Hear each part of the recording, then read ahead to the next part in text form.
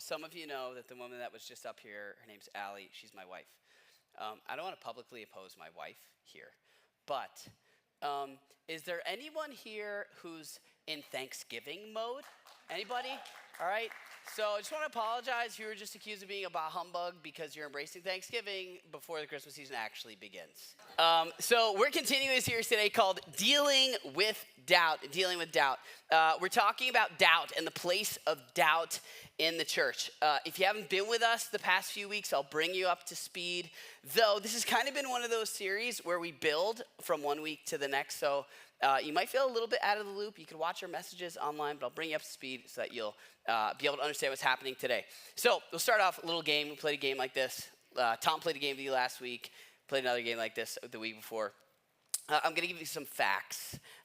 Facts that may be true or false, so they may actually not be facts. I'd love some participation here, so I'll ask you to raise your hand if you think it's true or false. You don't have to play if you don't want to play, but some people have to play, so I'm not up here by myself. But here we go, okay? So here's the first statement. The Statue of Liberty's flame turns off at night to conserve energy. If you think that's true, raise your hand nice and high. I think that's true. Okay. Nobody. All right. If you think it's false, raise your hand. Okay. Good to see people are playing. Okay. Second one. Cats are legally allowed to own land in the state of Rhode Island. I think that's true. Raise your hand nice and high. Okay. All right. If you think that's false, raise your hand nice and high. All right. Not sure. Last one. The first microwave was invented on accident by a scientist who was trying to dry his socks with a laser. If you think that's true, raise your hand nice and high. If you think it's false, raise your hand. All right, a little split at the microwave. Okay, ready? They are all false. They're all false. Yeah, I don't know about the other states, but cats definitely can't own land in Rhode Island. Maybe New Jersey, who knows? Okay, so if you've been with us, you know that the reason we're asking questions like that is to kind of get you started by dealing with the feeling of uncertainty. Unless you're an expert in cats and law and the Statue of Liberty and, what was the other one? Microwaves. Right? You know that during those exercises, there were some feelings within you, like an I don't know, a maybe feeling, a probably not feeling, but we would call the feeling of uncertainty, we call that doubt. For the sake of this series, we're defining doubt as the feeling of uncertainty. To give you a little visual around this, we've got typically two places of certainty. We've got absolutely no, this is false, 100%, and I'm certain. And then we've got absolutely yes, true, 100%. It's a fact, certain. Everything in between, the no and the yes, this is the land of doubt. You could be right smack in the middle at maybe, you could be over here at probably, you could be on the other side at probably not. But if you're somewhere in the middle, there's an element of doubt. This is the land of doubt. Now, in life, we've said doubt's a really good thing. It's actually a super helpful thing. If you're about to walk out on a pond and it's frozen, right, and you're not totally sure, is this going to hold my weight? That's helpful. You should stop and think, like, how cold has it been lately? How thick is this ice? Is this the safe thing to do? You should really question that. Lean in to that uncertainty. I told you, I've got a daughter, she's 11 years old, and one day someone's gonna wanna date her, maybe even wanna marry her, and that person is gonna tell me that they're a good person, right? Like he's a good boy, and I'm gonna land here in the middle at first, right? I'm gonna have my questions and I'm gonna lean into that. I wanna know, okay, can I actually believe him or her or whoever or no? Or do we have to take care of that and just make sure he moves on to somebody else?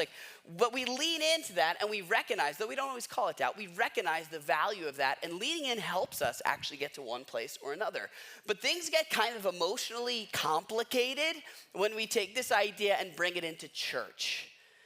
When all of a sudden it has to do with God and the things we believe or the things we read in the Bible, there's this sometimes unspoken pressure to pretend that this shouldn't exist. Like you're either all in or you're all out. It's either yes and amen 100% to everything all the time, or it's absolutely not, never to everything. because doubt is often seen as a negative thing in the church. But what if we made room for doubt? What if we leaned into it? Like, there are some problems when there's no room for doubt in the church. Because if you're trying to do the church thing, you've got to act like you're here all the time about everything. And maybe, especially during a difficult season of life, you might find yourself like not totally sure about certain things. And if there's no room for the in-between, then something that knocks you off a little might knock you off completely. Right? Or maybe you're here today and you're like, no, I don't believe any of the church stuff. And the reason you won't take another step in the direction of believing this is because you think this step needs to be a leap to the other side. Like, there's no room for no, like to go from no to maybe. Or no, maybe even to probably not, but like little possibility. What if there is? What if we lean into that doubt? We said on week 1, we're looking at a story with Jesus and someone he was really close with, someone he was actually related to, John the Baptist. We're talking about how he deals with our doubt, how Jesus deals with our doubt, and how we should deal with our doubt. Like, we're looking at tools that can help us to deal with doubt. So on week 1, we talked about the story between Jesus and John the Baptist. Jesus referred to John the Baptist as the greatest of all time. Those are his words. He said, there's no one greater, born of women, which is all of us for the most part, right? And he's like, no one's greater. And during that time, Jesus spoke to speak the highest about John the Baptist when he was at his lowest. John the Baptist, the greatest of all time, according to Jesus, even he had doubts. He was questioning, like, are you the one? And so not only does that tell us that the best fall down sometimes, but it also tells us, and this is so important to have as a foundation when we're dealing with doubt, is to know that your doubts don't disqualify, don't discredit your faith.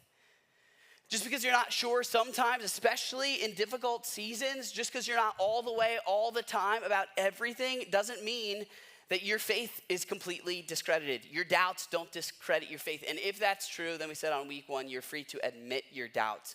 Be open about them. You don't have to hide them. You don't have to pretend. There's no pretending. Then the following week, we looked at a group of people who heard the things that were taught to them, and they didn't believe them. They questioned them. And we're told by Luke, who's the one who recorded the story, he says that that's what made them noble-minded. That, like, he praised their skepticism.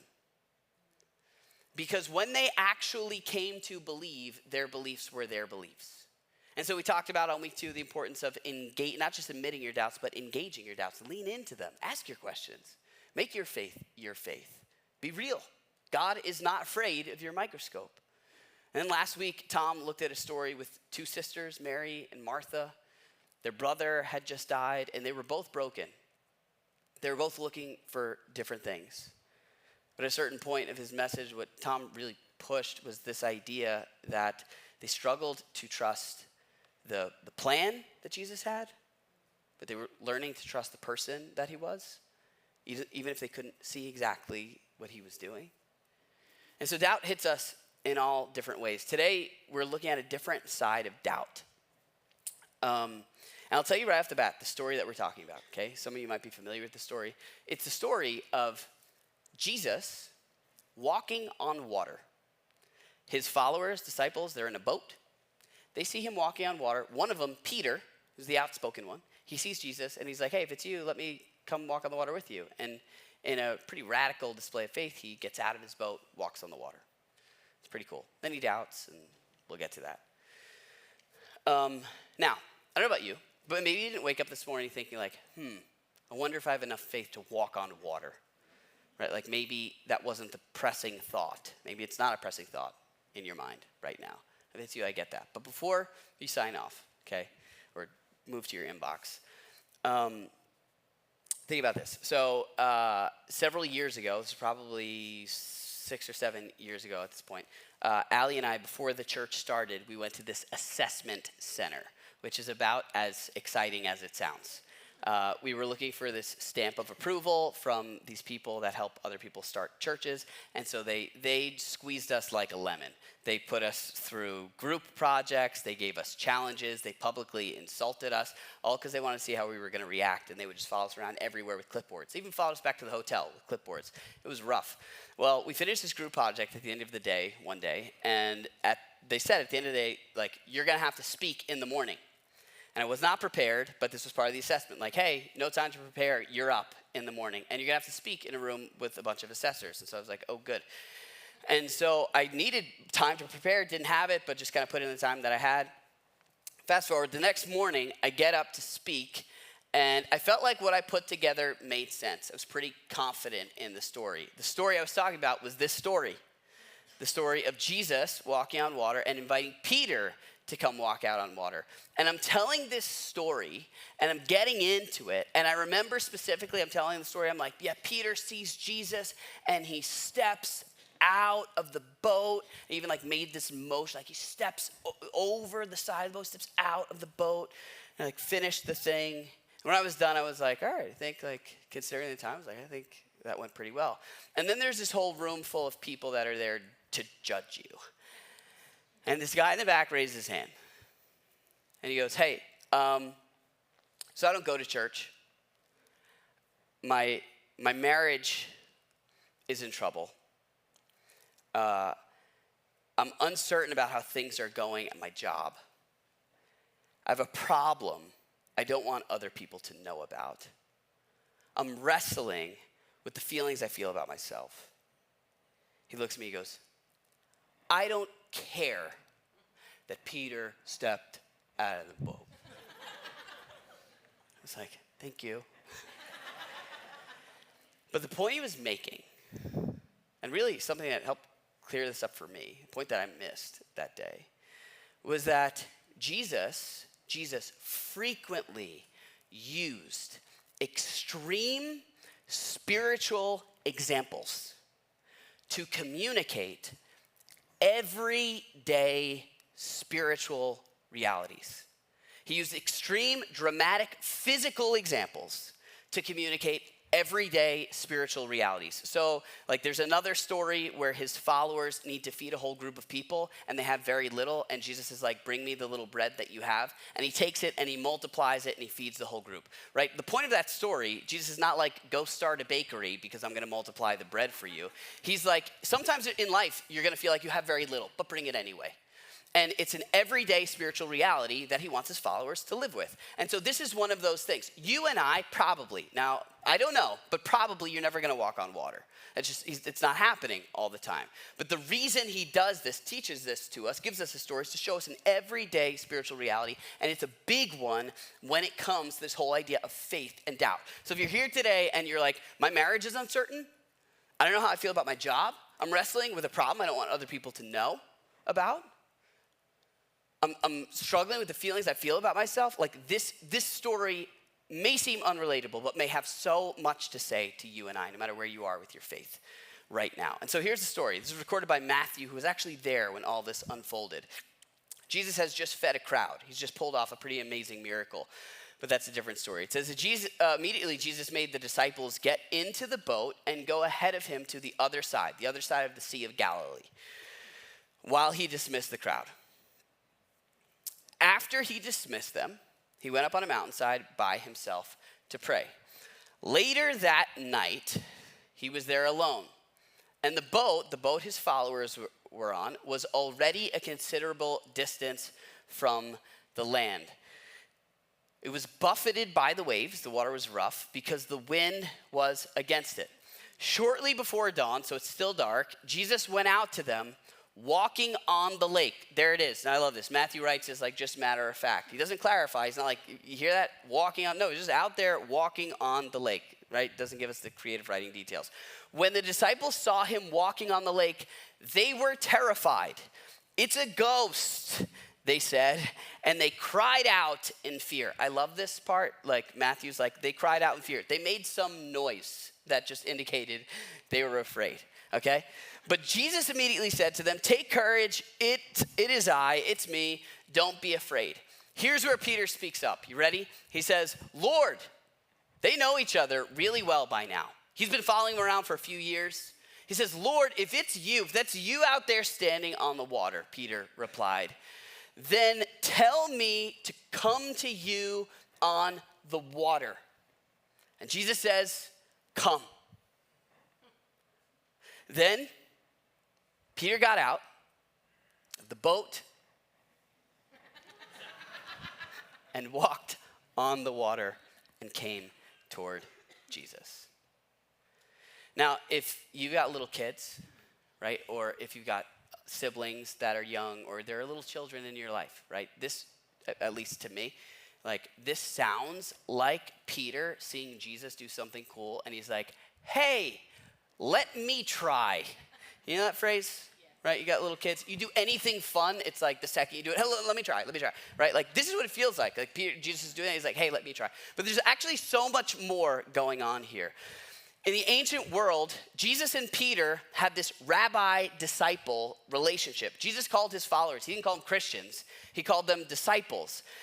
Disciple means student, rabbi means teacher. And in the ancient world, we've talked about this before if you've been here for a while, in the ancient world, it wasn't like a classroom setting. A disciple went with his rabbi everywhere.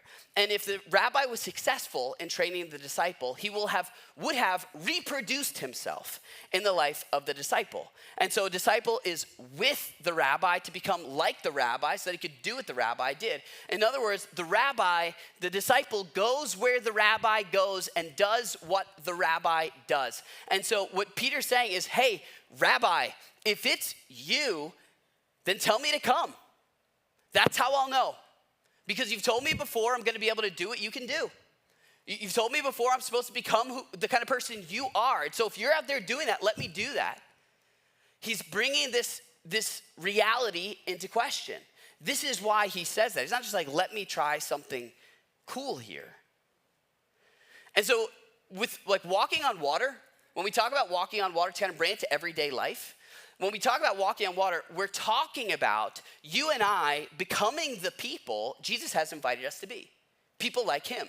We're talking about doing the kind of things that Jesus did in the world, like making an impact, bringing the reality of God's goodness to everyday life for people.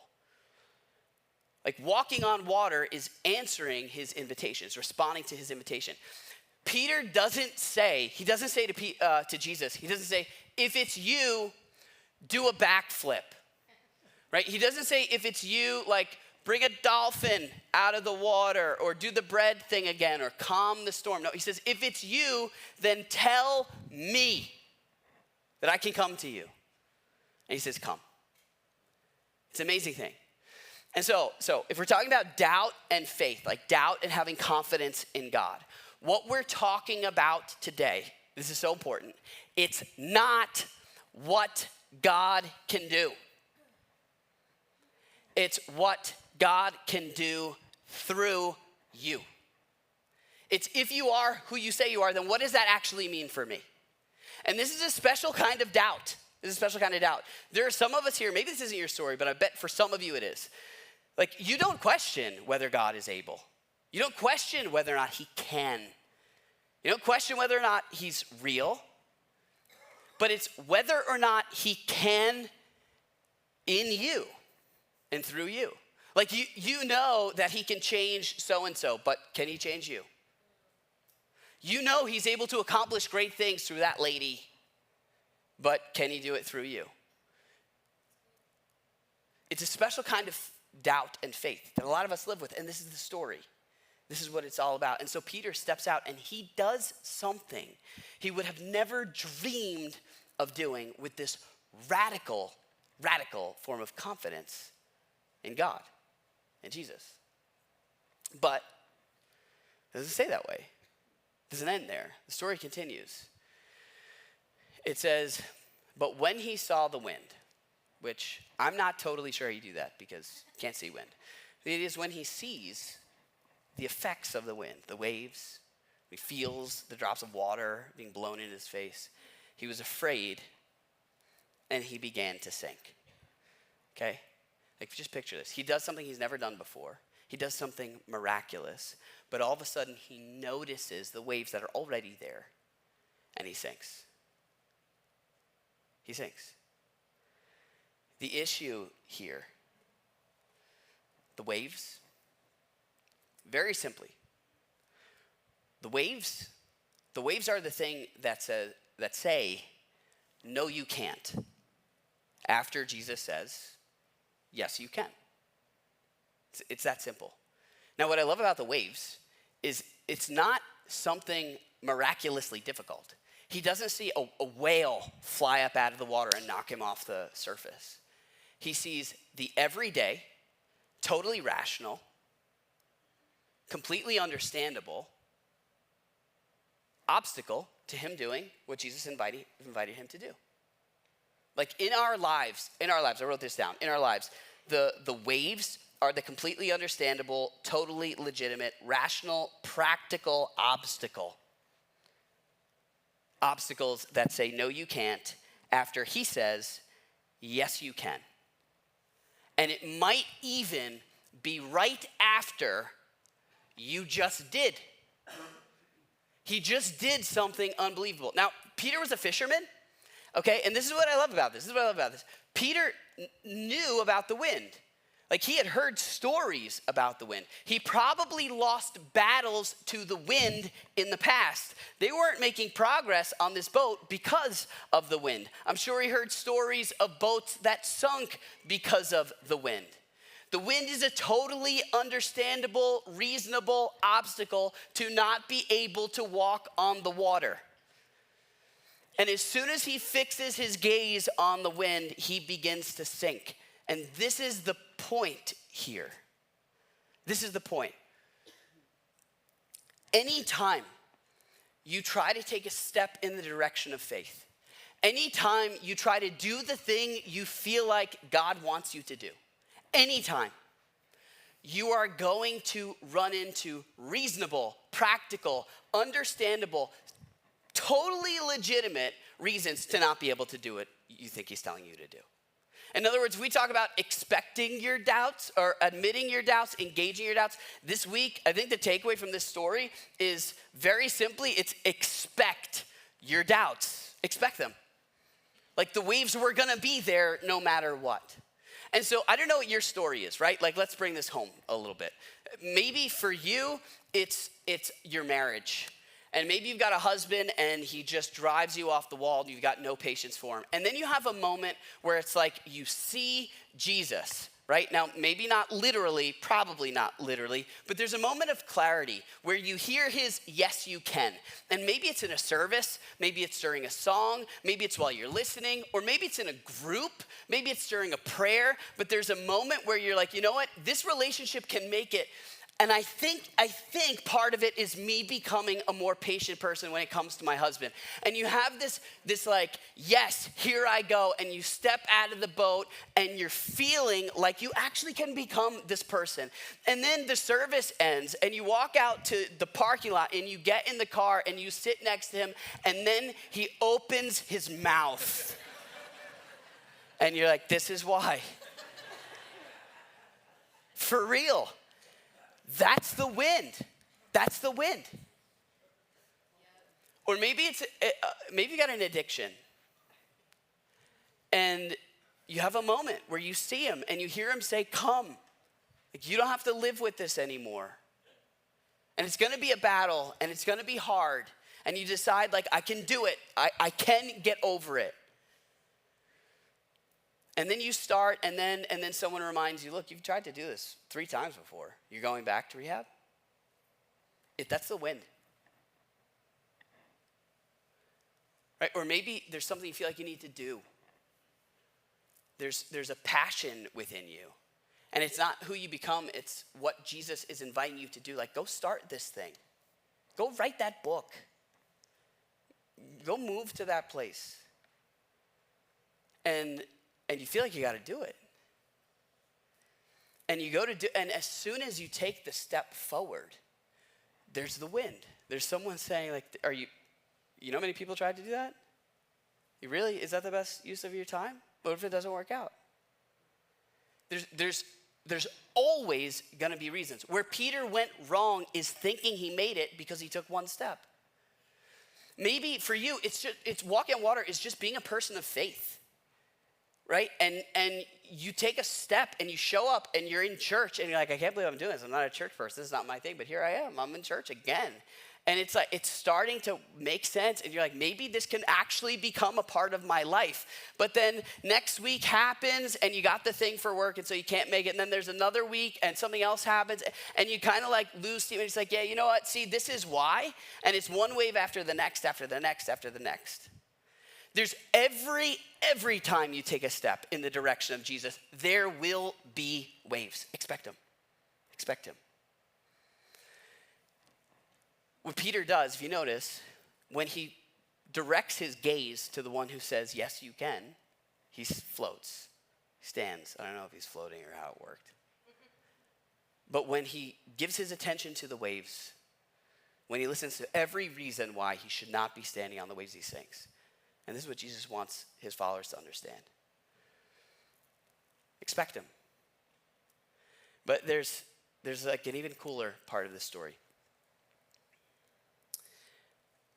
This could have been the story where Peter died because he got out of the boat in the middle of the storm and tried to walk on water. It could have been a story where he died and wrecked his faith because he doubted. But if you know the story, it says, when he saw the wind, he was afraid. Beginning to sink, look where he directs his attention again. He says, Lord, save me. I'm going down. Immediately, Jesus reached out his hand and caught him. He grabbed him. He says, you have little faith. Why did you doubt? He points out to Peter that it was the doubt that sunk him. I don't think he's really questioning why he doubted. It's like, this is the thing that sank you. This is the moment, okay?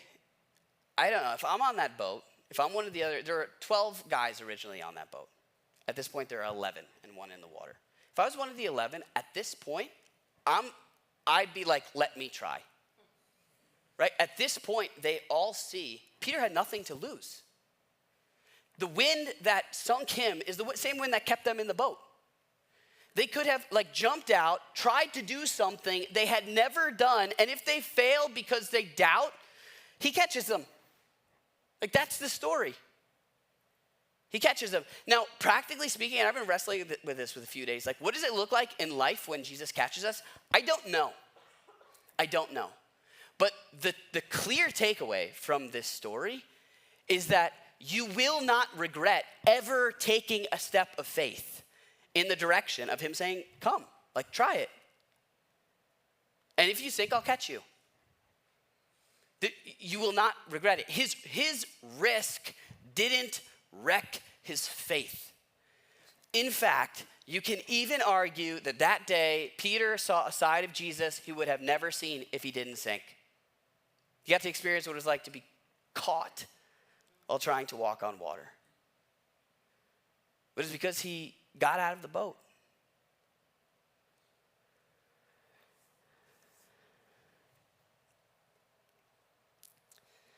And so the question the story leads us to is, like, where are you being asked to step out of the boat? Who are you being invited to become? Maybe it's something in you that needs to change, that you know needs to change. You've been thinking about it, keeps coming up, right? Maybe it's an anger issue. Maybe it's an issue of like internal peace. Maybe it's letting go of control.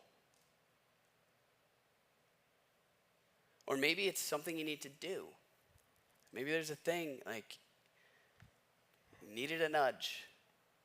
It keeps coming up and you're like, yeah, I've been thinking about this.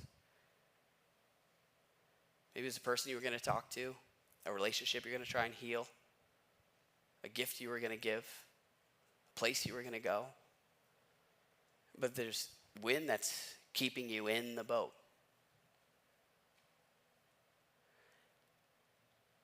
Anytime you try to take a step of faith, there will be things that can spark doubt within you. There will be wind and waves. Expect them. Expect them always. But don't let them stop you.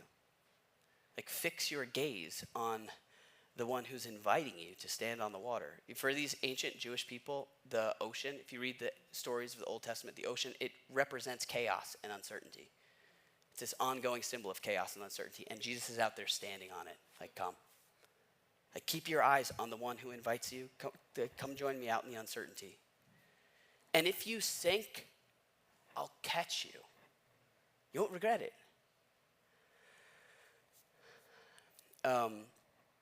Several years ago, a little before Allie and I went to this assessment thing, before the church started, we had to decide what our future was going to look like. If we would be willing to leave a stable job with a steady income to move to a place where we didn't know a lot of people. There was no building. There were no funds. There was nothing.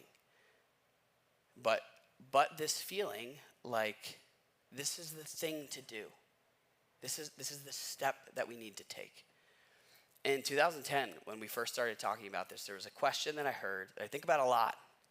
The question was, what would you do if you knew you could not fail? And that was the question that got us thinking about, like, what if we started a church that was for people that didn't go to church? Something that was a little different. Like, how cool would that be if people that never saw themselves in church could start to develop faith of their own? That was the question. But when it actually came time to do it, all of the practical doubts rose to the surface. What are we going to do? Is anyone going to come? Are we going to have what we need? All of them rose to the surface. And that question was fun, but it wasn't enough to push us out of the boat. And then one day I was reading a book and I heard the author bring up that question. She said all her life she'd been asking the question, what would you do if you could not fail? But she said that she put a different spin on it. It's a spin I think connects to our story. She said, I stopped asking that question and I started asking, what would be worth doing even if you failed? And for us, that was it. The moment we heard that question, we were like, if we fail by daring greatly. We fail by doing something worthwhile. And so that's my question for you. Like, what kind of person would it be worth becoming, trying to become, even if you failed on the way there? What kind of thing would be worth trying to do, even if it didn't work out in the end? What would you look back and say, like, with pride, like, okay, at least we tried, at least we got out of the boat. It was worth doing. We tried to make a dent in the world. Who would you try to become? Maybe it's an everyday practical thing. Maybe it's being an emotionally available father. And maybe one day the story that your kids tell about you is like, yeah, he never quite got it right, but he never quit. And it was worth doing, even if he failed. Maybe the story they tell about you is like he was never able to get over that like problem he had with his anger or her anxiety. But they never quit. They stuck with it. They never gave in. Over and over again, they stepped out of the boat. Anytime you take a step of faith, there will be waves. There will be wind. But the good news is that there's also a promise that you'll be caught by the one who stands on the water. Hey, this is Lou. Thanks for listening. I hope that this was helpful for you in some way. So a lot of people don't know this, but Community Church is completely supported by the generous donations of people like you and me. And if you'd like to join that community of financial supporters, you can go to communitychurch.net/give, or you can give anytime on our church app. And so thanks for being part of this community, whether it's locally or from a distance. Thanks for investing in your faith. And thanks for being part of something that's bigger than yourself. Hope to see you soon.